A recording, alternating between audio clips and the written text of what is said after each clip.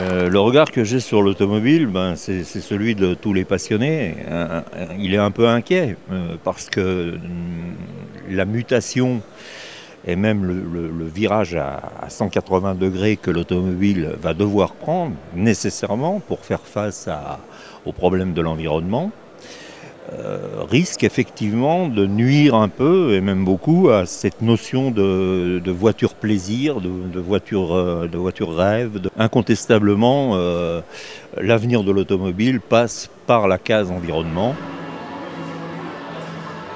On est en train d'aller un peu trop loin, à savoir qu'on déresponsabilise le conducteur en lui disant « Monsieur, sur cette voiture, il y a un anti-patinage, il y a un un contrôle de trajectoire, il y a un ABS de 4e génération, il y a 8 airbags, donc vous ne risquez rien. » Je pense par exemple, vous roulez sur l'autoroute avec le cruise control, une voiture à boîte automatique avec le cruise control, vous avez les deux pieds posés par terre et au bout de 150 km, vous dormez entre guillemets.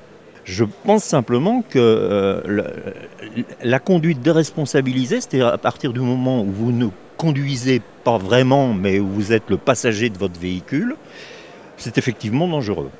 Les salons locaux et régionaux sont d'excellents relais justement de ces grandes messes automobiles que sont les grands salons internationaux, parce qu'ils permettent à un public local ou régional de découvrir toute la production, ou à peu près toute la production qui leur est proposée par les concessionnaires ou les agents. Mais malgré tout, c'est une excellente façon de faire un large tour d'horizon du fait automobile d'aujourd'hui. Toutes les voitures, on peut le dire aujourd'hui, toutes les voitures d'une même catégorie se valent à peu de choses près, en termes de confort, de performance, de prix.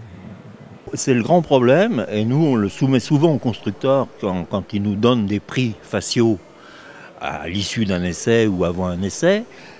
On leur dit mais attendez, vous nous donnez un prix qui n'est pas celui du véhicule en concession à l'heure actuelle. Si moi je vais en concession, ce véhicule-là que vous m'annoncez à 20 000 euros, je vais le payer 16 000 euros. Donc effectivement, il y a une espèce de vice de forme là, mais il ne m'appartient pas de juger ou de ne pas juger. Tant mieux, je dirais tant mieux pour le consommateur, tant mieux pour le client. Mais c'est vrai que ça fausse un peu les données du marché. Pour vous, la voiture a encore de belles années? Oui, je pense que la voiture a de belles années parce que c'est quand même un instrument de liberté individuelle extraordinaire.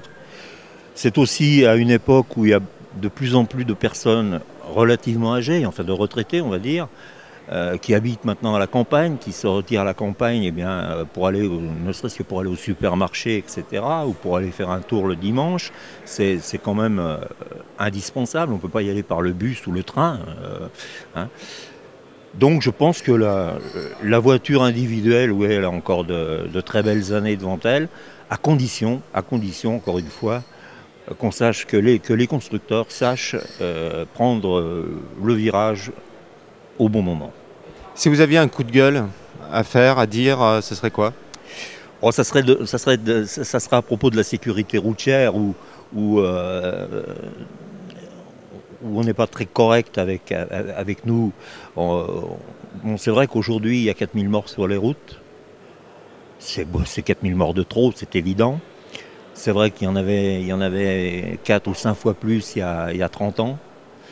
Mais il y a 30 ans, les voitures étaient 4 ou 5 fois plus dangereuses qu'aujourd'hui. Les routes étaient plus dangereuses qu'aujourd'hui. Il y avait beaucoup plus de points noirs qu'aujourd'hui. Il y avait beaucoup moins d'autoroutes qu'aujourd'hui. Donc, ne mettre ce chiffre qu'au compte des limitations de vitesse et des radars, c'est aller au plus court et au plus facile. La pénalisation pour la pénalisation, non.